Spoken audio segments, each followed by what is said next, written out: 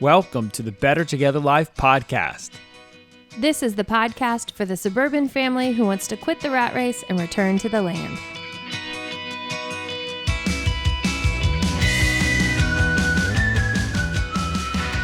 Number one question we get, how do you do what you do? It involves a lot of things, but let's do a good old fashioned rewind today and talk about how we came from being a family in the suburbs of Houston to living on 7 acres in Central Texas with no experience. Let's talk about that today. Where we came from, we're going to talk about how the whole story, the background of the suburban family that quit the impetus of this move. Yes. Yeah. So it's going to be the ultimate where we started, like how it started and how it's going, because I think that's exciting. So what made us decide it? Maybe even what our biggest argument was in getting here, knock down, drag out, Brothertons on the loose argument. Because our story is the suburban family that quit the rat race and returned to the land. So we're doing all suburban family. This is what you would call in nerd world the Genesis story, right? Yes. If we were a Marvel comic, this would be our Genesis. This would be the Thanos Genesis. Dun, dun, dun, dun, dun, dun. Did you just take our jingle and go minor? That's the dark, like Batman. And now it's time for What's New on the Homestead.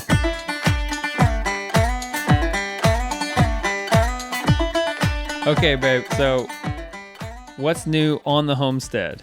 Oh, I love this segment. So what's new on the homestead right now is that we have ducks, y'all.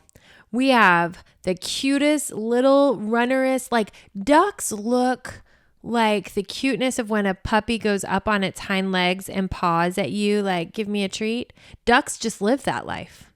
They're up. They're just not like little chickens are shorty little squatties, and these ducks are give me attention. Well, because love me. They're the runner rub my ducks. Belly.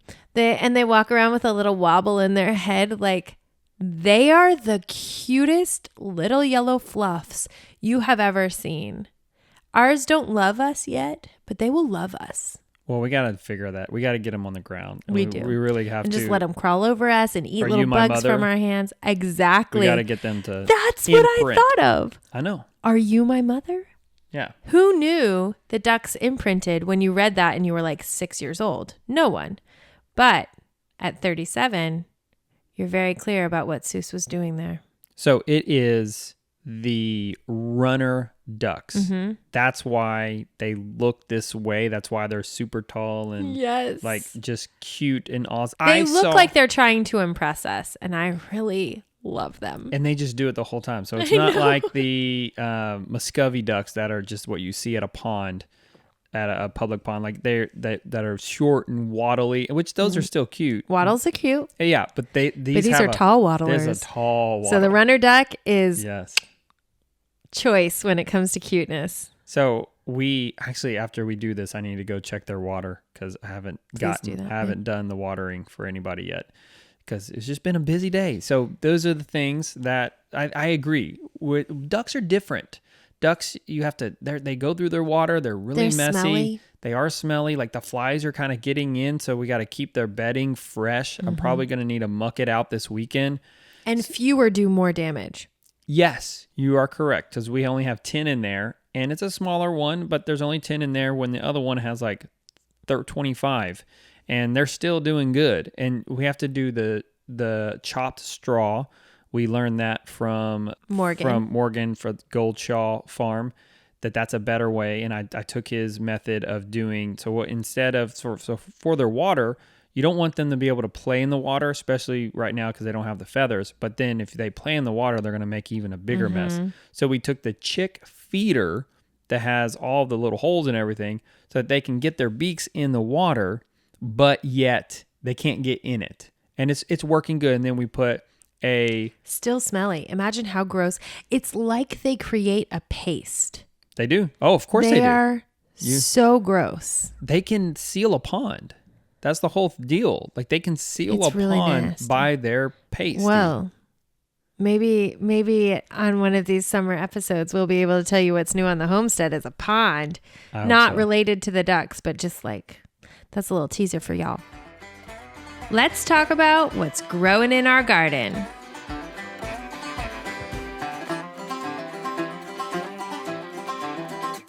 Okay, tell me what's growing in our garden, you handsome stud. I'm just excited about the zucchini. I really am, because it comes so fast and it is so rewarding. Mm-hmm. And we have had very, very, very, very, very little success growing zucchini It's in pathetic Katy, how Texas. little success we've had. Houston just has crazy vine borers, and I want I want so much zucchini that what everybody says is in the country you end up going run to the grocery store, you come out and there's a whole bunch of zucchini in your car because, people that know you found you and they just threw their zucchini in your car. cart. I want the extra zucchini for the pigs. So here's what I think is really funny is we were vlogging at the time that we lived in Katy and we're growing our first garden. And we tried growing zucchini multiple times. And the comment in the comments was, any idiot can grow zucchini. Now, it wasn't insulting. It was actually meant to be encouraging because, we weren't big enough to have many haters at that point. But they're like, oh, you guys, you're going to do great with zucchini. Anybody can grow zucchini. And, insert eye roll, because I was like, y'all, we must be worse than idiots because we cannot get these zucchini to do anything. We would maybe have, 12 plants because we were trying to actually produce and we were learning from our lessons. Let's just put more plants out. In the second season, we realized it wasn't our lack of being any good at creating zucchinis. It was the vine borers found us every single time. And vine borers lay their eggs inside the zucchini stem, like not just of the fruit itself, but inside the plant. And then they eat their way out slowly. So like you don't even know. So you think you might have like disease on your zucchini, and the truth is, no, you really have pests that are very, very difficult to regulate, and they just destroy your whole crop. And so you cut so it far, out and it's like this giant worm. it's really gross.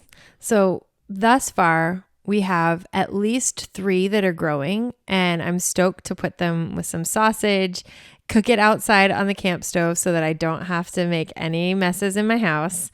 That's kind of giving me life in these hot months in the summer.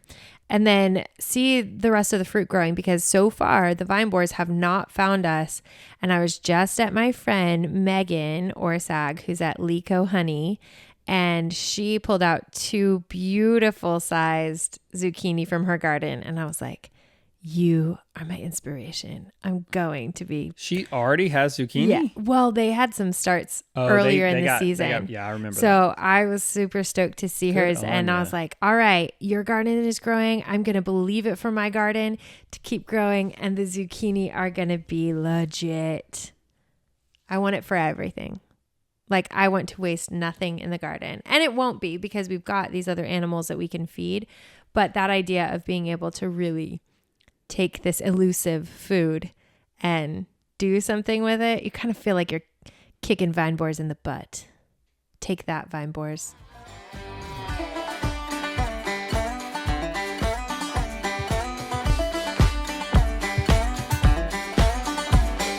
Okay, babe.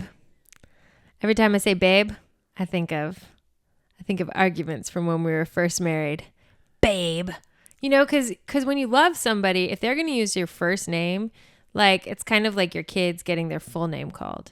Like, if Bo says Kelly, I'm a little bit nervous about what comes after that. So, in love, I'm going to say, hey, babe, let's talk about the art of our story from suburbs in Houston. I mean, like, we were Tamagotchi, Pizza Hut book club, 90s kids, grew up in the suburbs, ready to get our personal pan pizza when we hit those 8 books, right?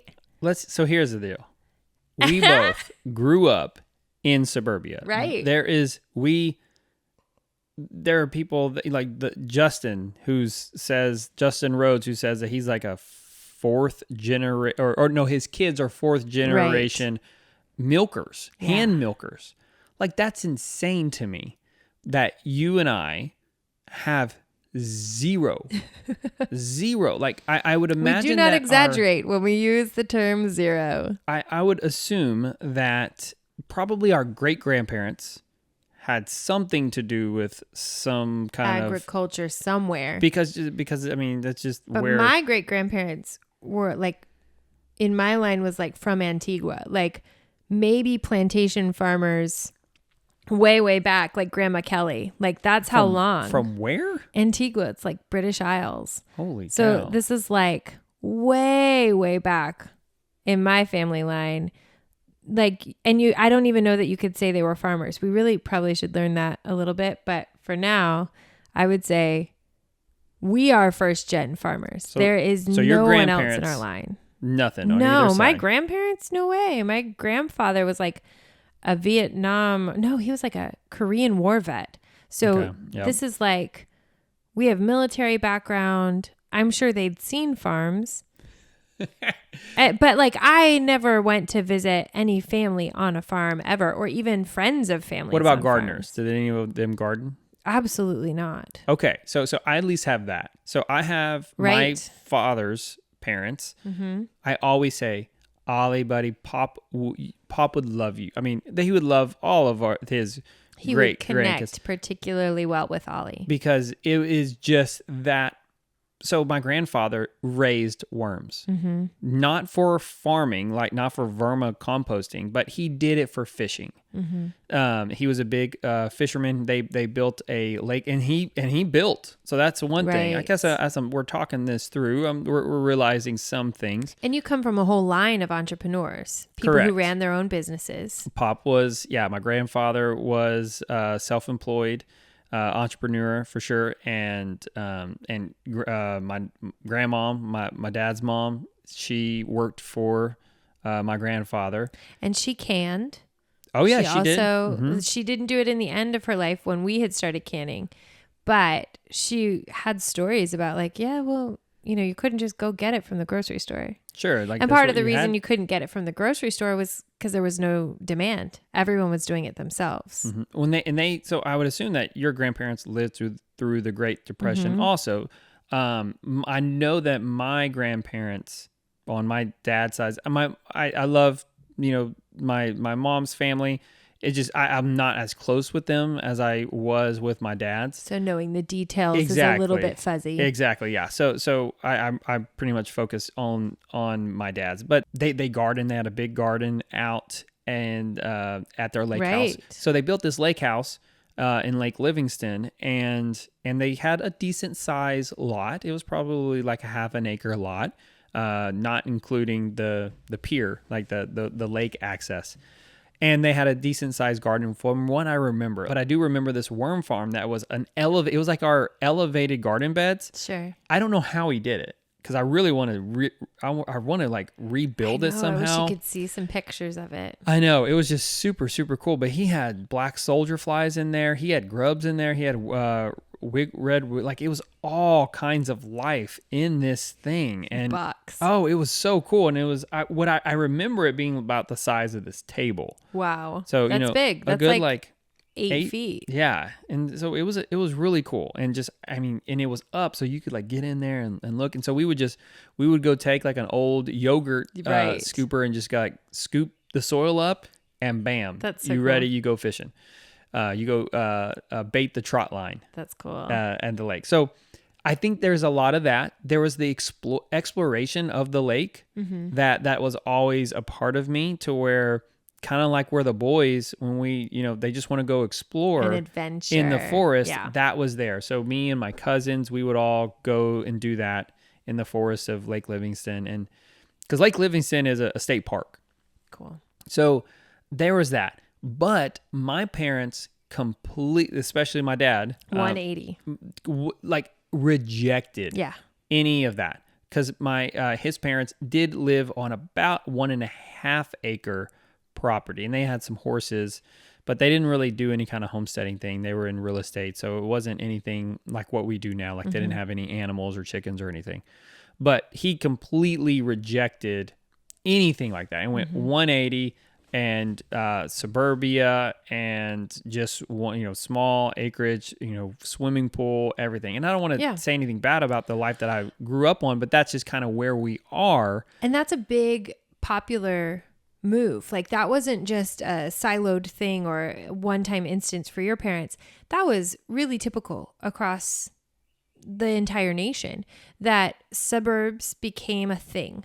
HOAs became a thing. These mini cities outside of large cities became a thing. So we got, like, in history of time, we got this arch from rural and city life to the suburban bridge between the two of them. And everything is appealing about the suburbs. Even we have talked about this, the convenience of a store right down the street, the convenience of Snap right there, built-in community, right? You're going to see neighbors, especially, your folks' address where they're right on a little circle, a cul-de-sac. All the neighborhoods began to be built in this way where we weren't just using roads to pass through, we were using roads to arrive home. And then those homes were all, barbecues in the middle of the road, like very, 1980s movies. That was what was happening when we were very, very small. And I think the jobs had moved out of the cities where they were accessible. It wasn't just entrepreneur on your own or work for a big corporation. It was branching out to where the jobs existed in the suburbs, and it was a promise of less danger than a city life. It was just a lot more security and a different type of community than what I would call true community. But that was the move across the entire nation at that time. So it wasn't something that a mistake or, just an anti-move that your folks made. This was the whole trend. Exactly what you're saying. There was more freedom in the suburbs. Oh, my goodness. So think of Stranger Things or Super 8, like all of these E.T., that's not really a throwback, but think of these 80s, iconic, either movies that were made in the 80s or movies that threw back to the 80s. Guys, that was our life. So for y'all that are, 10 years younger than us, it's a little bit different for you. Riding your bike 2 miles away to go to the pool. I did that when I was like 5. Things, the freedom that we had at this time. I remember going down to we lived in Virginia at the time, and there's this place called Hidden Pond, and it was a nature conservatory, and we would just go down there when we were very, very young, like second grade, all alone with no one around us. And that was just our life. So we were 100% city kids with no rural or gardening or any kind of experience or really exposure. For some reason, my mother is like this trash gardener. She is like a backyard wizard. I don't know how she does this. She does it on an accident. Yes, she's just like, let me do that little science experiment with an avocado pit. And then she grows legit avocado trees. 15-foot avocado. Now, she has 2. Yeah. So they're in Pasadena. Houston, yeah. So South Houston. So it's closer to Galveston. You can do things like avocados. It's more tropical. But she has a grape tree. She has a lemon and lime tree. But she would have tree. A papaya tree come out of the crack in her sidewalk, and she would somehow. But it's based off of just throwing food into this little, it's all, their entire backyard is all pool deck. Exactly. And so there's these couple of small spots where there actually is dirt. 3-foot square spots. So, and she has squash growing everywhere just because she throws. Now here's the deal. She has a decent amount of cats that live on their property. And so there is no rodent that will ever dream of coming onto this property because they're going to get eaten by these in a second. Yes, these cats that just live on there. My mother likes cats, and that's just it. But she can grow some things. She grows she doesn't grow what she wants. She just grows what she throws out there. So that was, but she also, whenever I was in college, I moved, and whenever I would come back to visit, she had like a big old, veggie garden. She was growing a lot of tomatoes. So there's a little bit of that I would like to be able to grab onto, that I saw some of the possibilities, but it still was never something like this, like growing meat. If that's what you thought of, I never heard that. I've never heard, even until this moment, how you have referenced that was an influence in your life. And I'm not saying it wasn't. Maybe this is like a revelation, but I've never heard you talk about your mom's garden in a way that would be like, this influenced me in an impactful way. I'm not saying nothing against you, Mom, if you listen to this. I'm not saying that, but I just talking it out loud. No, what you're saying though is like, you're recognizing here that was a presence, that was an influence.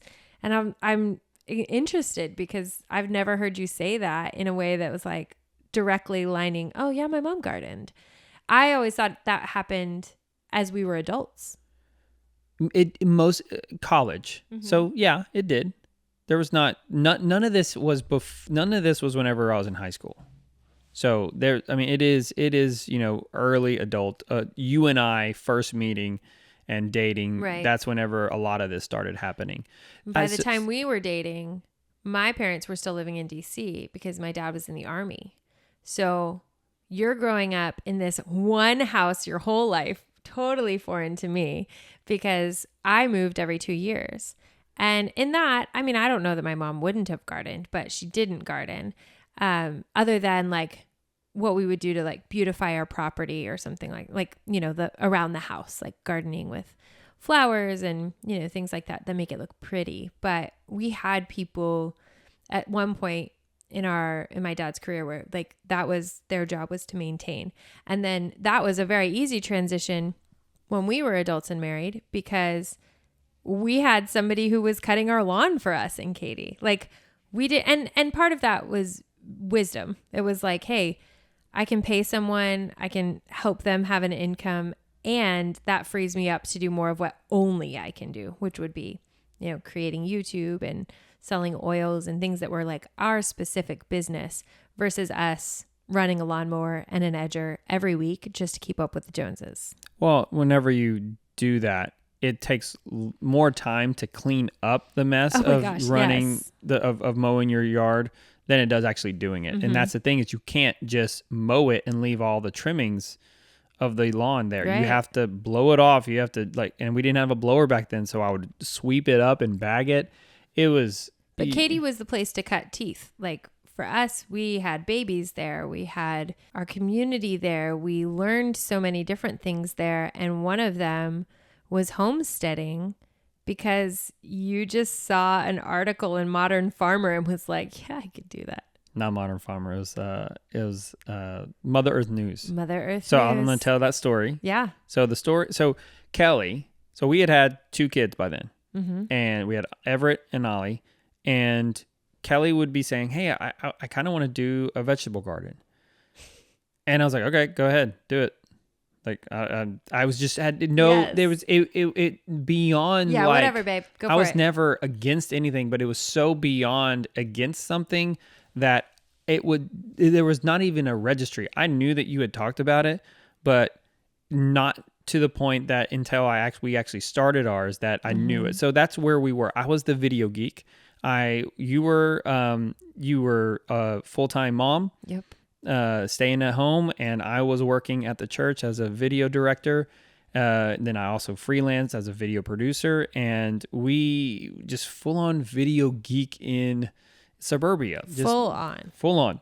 And so it was, I think, December of 2013, or was that 2012? Yeah. 12. So it was right whenever we first started doTERRA, like very, very beginning of this. Get your first order. Exactly. And in that same week, that same Christmas trip at your parents' up in North Dallas, your mom for Christmas bought your brother a Mother Earth News magazine, which is hilarious because that she would do that, because he would care less about what is in Mother Earth News. Yeah, I think we just thought it was like outdoorsy. My brother's very outdoorsy, and she was just like, hey, I think he'd be into this. Yeah, and I don't even know Little if he, did she know. I had no, I don't even ever, I never saw him even look at the magazine. Not anything against Noni, because it completely has changed our entire life. Yes. This one magazine. So I hope, Noni, if you listen to it, like,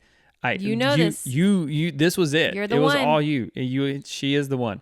So this magazine it's had a center spread. Like, that's really weird me saying that, but it really had Hey, girl.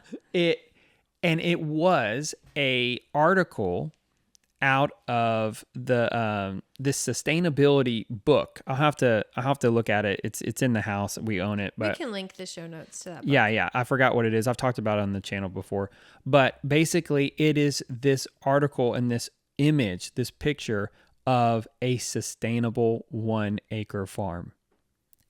And lights went on. Just like that, it all changed. Everything. Mm-hmm. And it, going from the extreme video geek that watched nothing but how-to videos on how to do motion graphics and new lenses and everything, to this wannabe farmer. I even bought you a subscription to the Mother Earth News, and in the name of it, I wrote Future Farmer Bo. Yes. And it could only been God. Yeah. No, like, there's no other way that would have done it. So, I mean, it just was. I think as drastic as the 180 we talked about our parents doing, that was as drastic a 180 in an instant that we did. I mean, it just began a cascade effect on all areas of our life. And it's so much so that I feel like I don't need to apologize to you because of how 180 your life changed then, because it really is God's fault. Because it's just no, your life. I feel like fault is the wrong word, babe. You're going to hell for that one. Well, I'm saying like in a good way. Like, yeah, it was just God shifting. Because it's weird for you. Like, God has given you this ability to adapt to our life so well, and stretch you and challenge you, but also make it easy, of being married to me. I know, it's crazy. I don't think I could handle stagnant life if we had stayed as things were. Like, I had to move furniture every weekend, Katie, just to like get that energy out. Like, I was a transient kid. That. So even in college, it was like, you move in and out every year. And for me to go home to different not families, that'd be funny, but different houses based on, where my parents were living, that was just true life. And so in Katie, when I would get that itch to like move, I would move furniture. I don't move furniture here. You just move fireplaces. I move fire pits. I move animals. I rotate chickens. I move a lot of things here that have nothing to do with furniture. And I guess I have 7 acres of moving alive furniture like chickens. But that was a big shift for us. And the garden got done. I think that's where most people who want a homestead begin. And we didn't begin with expensive gardening. We had cinder blocks. We talked to your family members who live out on a farm. They said, just take the bags, open up the bags, and let that be the base of your garden. And this is how we began, was a backyard garden where we grew okra and tomatoes. We grew some herbs like basil. We grew radishes and I think some beans or peas. And that was all we did in this cinder block garden bed, which was about 12 feet long, and it was 3.5 feet wide. We grew 8 foot tall tomato. We grew plants. 8 foot tall tomatoes. At one point, we had some disgusting vining cucumbers. They were just absolutely terrible tasting. I built an obelisk. An obelisk. It was 2 of them. Yeah. And we built those. I don't even know if they actually vined anything. But that is where most people begin, is like, a tomato and herb garden in their back porch.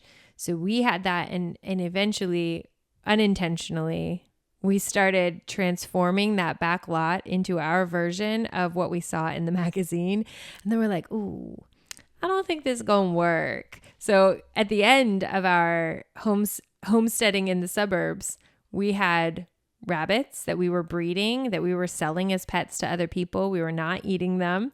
But that's what we were doing in Katy, was cultivating these skills, because the knockdown drag out fight that we had was Bo being so desirous for his dream of homesteading to become a reality that he had kind of already begun leaving the suburbs and running away from the HOA and running away from the traffic and running away from this tiny lot and all of the limitations that we had on it, that he just kind of had gone mentally. Like his brain was already gone. Well, and yeah. we were still in the Katy. And there was one point where I remember just sitting on our bed crying.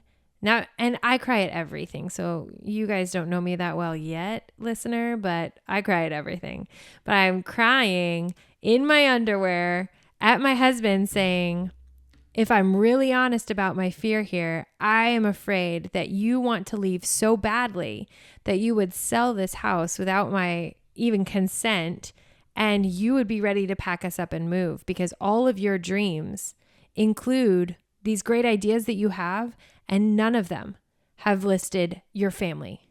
And by that time we had 4 kids or 3 kids. I was pregnant. I was hella pregnant. You kind of glossed over a whole lot there, babe. Like you went from garden all the way, like you. Well, so we didn't. If we told every day story, we'd be here for 10 years. I know we got to go sort of fast, but you got to fill in some gaps. 2015, we bought this property. 7 acres in Central Texas. Correct. I thought that the world was going to end. That's a whole nother podcast. Well, but it is true. And Bo went crazy. But hold on, even before then, I quit my job. God called me out. Right. Away from working at our church. That was another thing where Kelly had to be adaptable, is we were able to build up doTERRA enough, and we'll go over more of that about having to, like, learning how to quit the rat race. Right. But we were able to, I came home and I thought the world was going to end. Kelly did not think that the world was going to end, but she was on board with thinking, hey, that there's some things changing here in 2015. And really, what we didn't know was that we needed to be here for this in new 2020. for this new community of returning to the land. But we needed to, we bought the land. And so in suburbia, we had this property that I had a semi-midlife crisis a little bit of thinking that I was just going to sell our house and live in a 10-person tent that I bought from Walmart. With all our babies. Well, we had 3 babies at the time then. And I was pregnant.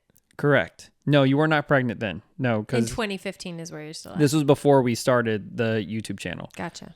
We had, and then we ended up having some financial issues because of all of this. Like, it was because of all your prepping, because of buying things that at the time made no sense. I would say that we wasted probably $200 of things that did not make sense, and the bulk of it was on food. Because whenever we hit some financial issues, we ate all of that prepped food. I remember, like, we did not. We only we were only spent like $200 or $300 on groceries for 2 months straight, like each month. And so that was a huge discount of, like, oh, that's not a discount. That's a huge savings of our normal monthly budget usually. So we were able to really survive off of that, and that's where a lot of preppers say that, you know, storing food is a good investment because you can always eat your investment. But it was the mental game that was off. And what I'm saying about is the suburban family, you being the suburban family, like that are listening to this and thinking that, like, the people that watch our video of the 750 day time lapse, the people that say, you know, I've given up on this dream of homesteading, but watching this video has given me hope that if you, a normal family, can do this, then I can do it too. I'm speaking to you right now of, like, saying, if you're feeling like this dream might not ever happen, please know we were right there. Yeah. I was right there. If you're thinking, how can I convince my spouse to do this? We were right there. We ended up having to go to counseling. Yep. We were close to. I'm a proponent of marital counseling. Absolutely. Like maintenance on your car, man. Don't wait till it's too late. Yeah. So there was this moment that Kelly was just now talking about. Mm-hmm. I remember thinking, here, this is what I'm going to do. I was listening to Jeff Lawton. I was watching YouTube videos of Jeff Lawton and permaculture and all this stuff. I was on the regenerative agriculture group, listening to Jack Spirko, all of these personalities that I'm sure that some of y'all have heard of or listened to. I don't know if Justin Rhodes hadn't started his YouTube channel just yet, but I was gaining all of this sustainability, regenerative agriculture knowledge to saving the world and growing food for I would say for God and for people, just to be able to convince my wife.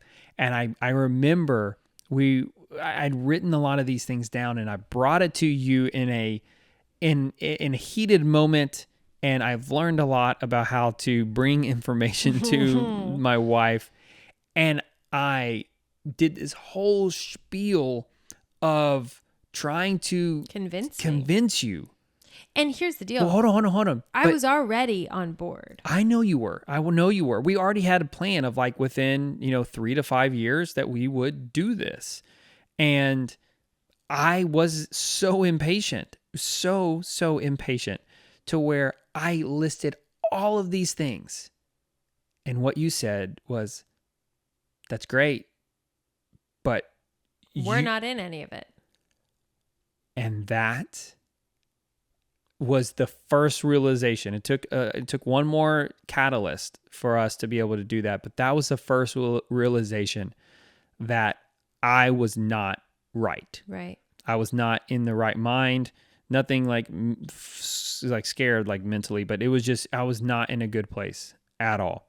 I was not content. I was trying to run away from whatever was going on in the suburbs. Something was rubbing you wrong, and you were just avoiding it. And the avoidance looked like, oh, let's just move out on these 7 acres as quick as possible, and we're going to make the world a better place. And so somehow just had some work to do. Exactly. Yeah. So somehow from there, we ended up, we were ready to sell the house. This was the summer of 2017. Yeah, so you fast forwarded about 2 years. Well, we started a YouTube channel, all of this stuff. Yeah, we got in a better place. We went to counseling and we got better. We had another baby. Not to say. Well, that was the thing, is we were thinking we were going to do it. The summer of 2016. And then you got pregnant. That fall. And then that was... Really, you getting pregnant was the first, like that was God reorienting you. Correct. So then we spent about a year after we got pregnant. Well, I guess those 9 months really, and a little bit beforehand. We were in a very healthy place, obviously, when we got pregnant. And what it did was cause us to just push pause on our moving forward plans, because if Finley hadn't come along, it's very possible we would have sold our house for less money, moved into a camper, lived on our property, and built as we could. But that was like a mercy from God to do a lot of things in us. Like, we had some very firm conversations of like, yeah, we can go homestead, but if you can't fix a disposal here, like, I don't have much faith in you being able to wield a chainsaw and build something out there. So maybe do a little with what you have here. And that was mostly like training us in responsibility. We'd lived in apartments where landlords took care of everything. We rented a house and a landlord took care of everything. We owned the house and then we took care of everything, or we didn't. And that was the real problem, was how many unfinished things we had done, where when we visit that conversation here on the homestead now, years later, that's not an unfamiliar thing. Like, you understand my expectation that if we begin a project, we finish it. And when we get a backup of projects that are all half begun and none done, we've already established that there's going to come a point where we got to course correct and finish all these things before we can move on to the next big thing. And it's also had me trust that you see that you're not ignoring me. You're not bulldozing me. We are a team, that we are all on this same vision toward sustainability through community and establishing a life that we couldn't give our kids if we stayed in the suburbs. Those are all like core values that we have as a family. But when we were in Katy, we finally got to the point before we sold the house where we weren't running from the suburbs. We were running to the homestead. So our hearts and our minds really had to shift. We had to embrace a lot of humility, things that we did not know. And we had to acknowledge we just don't know everything, and either search it out or ask people. Like, critical people in our lives at that time were Art and Bree, who sat and had homestead conversations with us about YouTube via Skype at the time. This was years ago. I think I've told Bree this, that it was so pivotal for me to have like someone speak into us and believe that like, you can do this. You can do this. And the roads, for sure, just giving us trust, and even like real life conversations sitting around a pool while our kids played. Like, those were pivotal moments for us. The Hollers, Meg and Ben selling their house when we were trying to sell our house. Like, she and I are Marco Poloing back and forth, just like, she was so encouraging, like, Kelly, this house sale fell through, but this is going to happen for you when it's supposed to. And then them coming out here and putting their hands on our home as we built things was just like, there was like little drops in a bucket of promise that God was giving us. Like, this is going to be the faithfulness walk. This is going to be like fruit that comes over time. Nothing in this is going to be instant. Just be faithful in walking each step that I show you.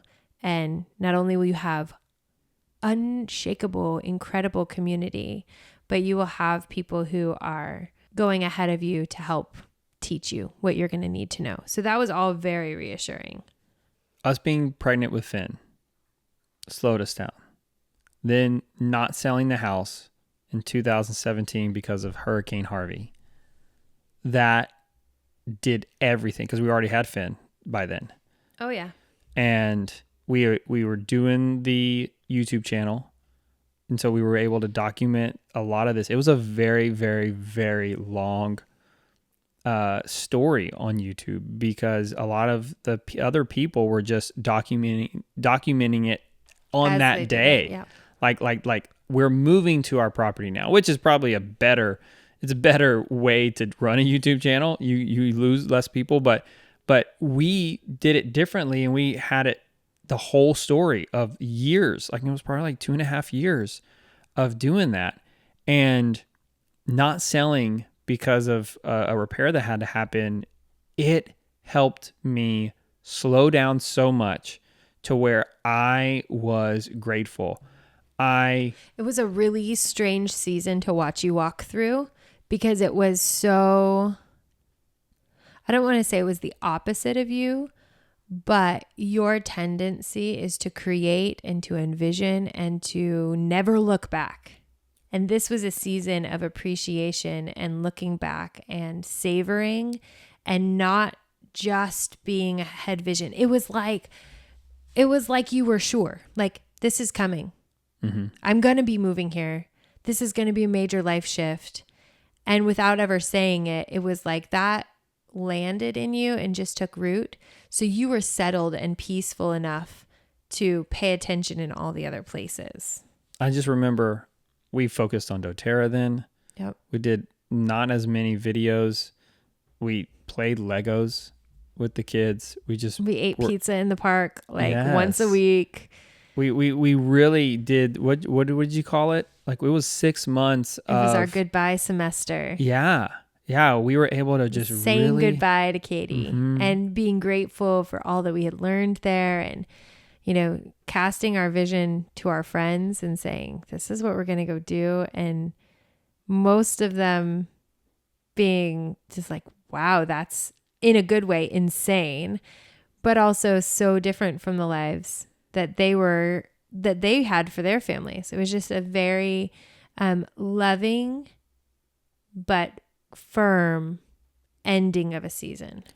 And I feel like when you trust God in his perfect timing, things work out the best. Better than you could And ever imagine. Because better than if you were in a store full of endless possibilities and you picked out the one that looked best for you, God's timing is always going to be immeasurably more than you could ask or imagine. Because the timing was just perfect. It was. It was way better. And with Hurricane Harvey, I hate to say it, I mean, a lot of people lost their homes. They all got flooded.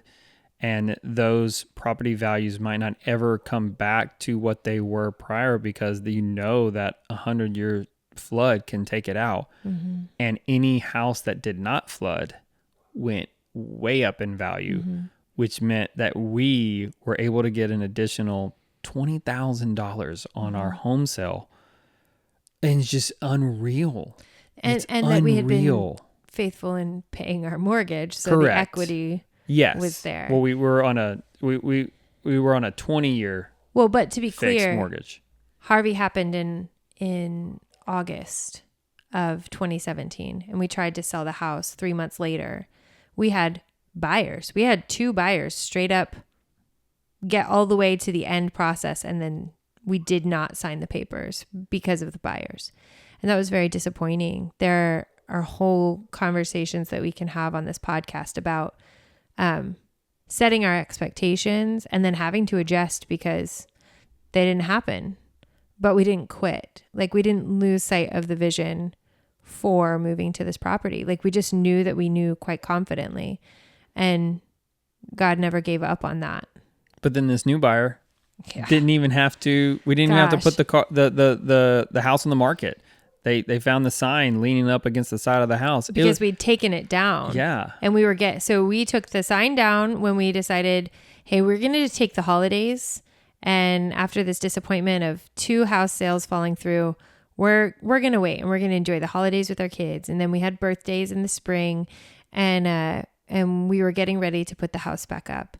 And the week before, this couple walked down the street and said, is this house for sale? And we said, well, it is, but we're not on the market yet. We'll be on the market soon. She took our number of our realtor and said, I'd like to contact your realtor and talk to her about this house.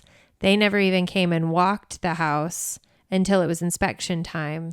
And that saved, I mean, if anybody's ever shown a house with kids, we had very small kids at this time. And every time we had to leave the house we had over 30 showings, which is why we had such good Did you do the results. Inspection without me that time? Oh, heavens. I can't even. That's a whole nother conversation. Where was I? Was I shooting a wedding then? One time you were at Jack Spirko's. Yeah. And that was just like a story that ended in just misery. I think I ate all my feelings that day. But so all of that to say, for you who are dreaming of this in the suburbs, just to know that it's never linear. It's never a straight line from where you are to where you want to be. And if it is, there's a really good chance that you're dealing with a lot of control issues. Like, not to throw you under the bus, but the truth is, if you just had a straight line with no detours for growth, then yay for you. But most of us, to make a major shift in your life, requires humility and learning of lessons that you couldn't get if you were going the straight line.